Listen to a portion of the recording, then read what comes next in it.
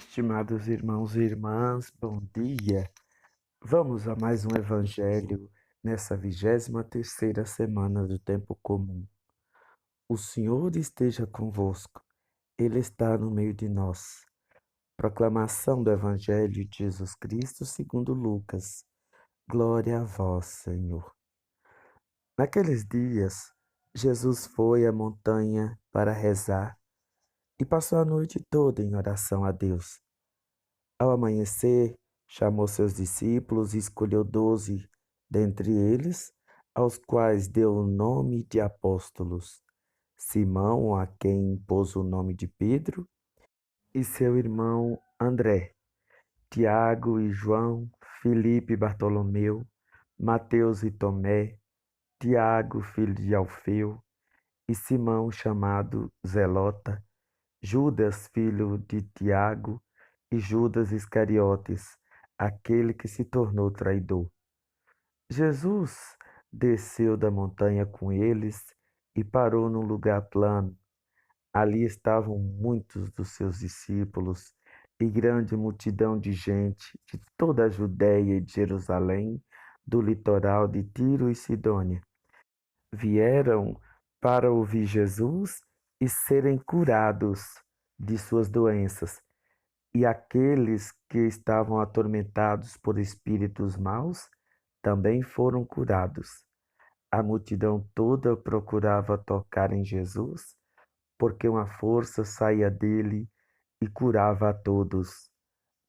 Palavra da salvação. Glória a vós, Senhor. Estimados irmãos e irmãs, a liturgia de hoje põe diante de nós esse convite à oração. Jesus, que antes de tomar qualquer decisão na sua vida, antes de fazer qualquer coisa, sempre se aconselhava com o Pai, sempre ouvia o Pai, sempre estava em oração, para dizer para nós da necessidade que é da gente estar em oração. Eu fico pensando assim, às vezes, com muita caridade, né?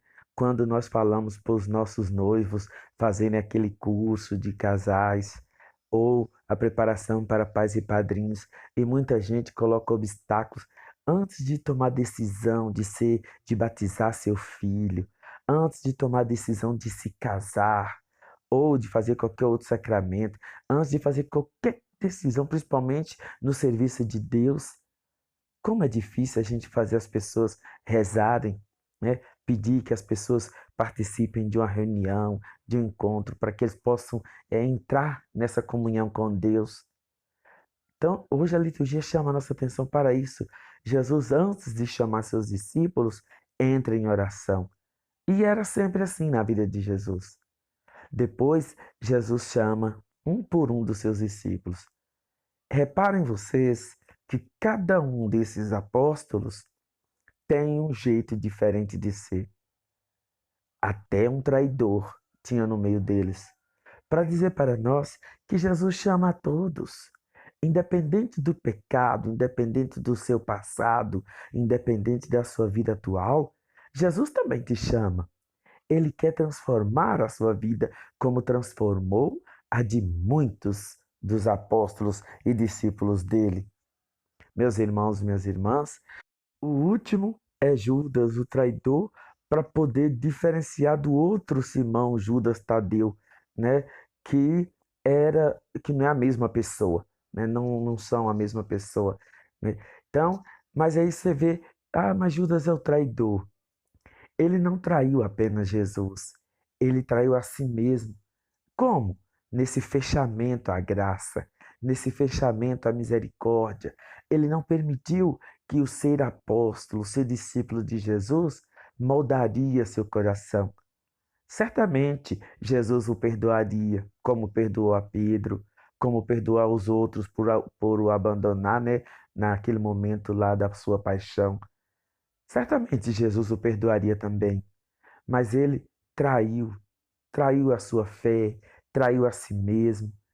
Mas Jesus chama cada um de nós, independente da sua situação, você também é um chamado por Deus, um escolhido por Jesus para o seu seguimento. Vamos todos até Jesus.